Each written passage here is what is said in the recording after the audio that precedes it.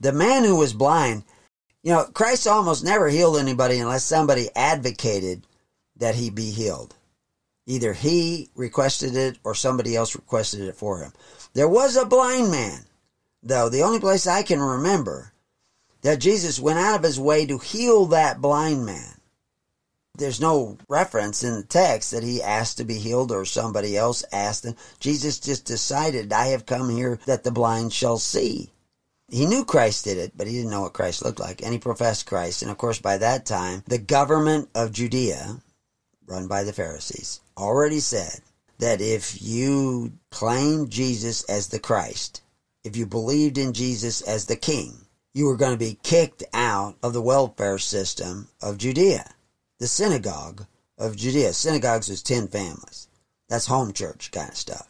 Because 10 families could meet. They didn't have to have a special building. They could just meet in homes. Because it's just the elders that had to show up. Hopefully the father shows up, has that men's Bible study, and then goes back home and tells everybody at the family what went on at the meeting. Because he's king of his castle, his wife is queen of the castle. So the queen's in charge till the king gets back from men's Bible study. And so anyway, he raises up his children in the righteous way. But a synagogue was 10 families. That's what a synagogue means. The network of synagogues, you would be cast out of. And if you were cast out of that network of synagogues, at that time you would be cast out of the welfare system of Judea. And so people, they were afraid. The blind man's parents were afraid. They said, no, what he's saying on his own. So he was saying that he believed in Jesus. And they were saying that he's speaking for himself because they didn't want to get cast out. They'd lose that Social Security check. the benefits of being in this welfare system, free giveaways. And so they cast him out. And it's one of the only places where you see Jesus actually went and looked for him.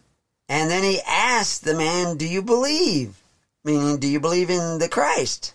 In the way of the Christ, which is the way of charity, not the way of force, like all the other false Christians do today.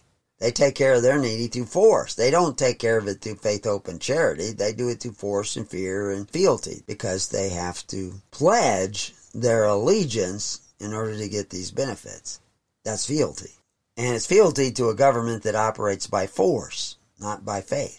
Its allegiance is forced, not like the allegiance to Christ, which is by faith, because it's written in your heart. It's not written on a contract somewhere. So anyway, Jesus said he was the Christ, and the guy followed Jesus in a network that eventually spread all over the Roman Empire and beyond. And when Rome collapsed, those people survived the decline and fall of the Roman Empire because they were doing what Christ commanded. So if your minister thinks it's okay to covet your neighbor's goods through the agency of men who exercise authority, he's a blind guide, and he may even be a prophet of the beast. And if he's not telling you that you need to be seeking the righteousness of God, which is how to take care of one another through faith, hope, and charity and the love of Christ, he's not a minister of Christ, and you need to pick a different minister. If he's not sitting down in the tens, hundreds, and thousands connecting with other ministers to connect you with those other ministers, he's not doing what the early church was doing. And you need to pick another minister that is actually going to do what Christ commanded. And that's what we're trying to do.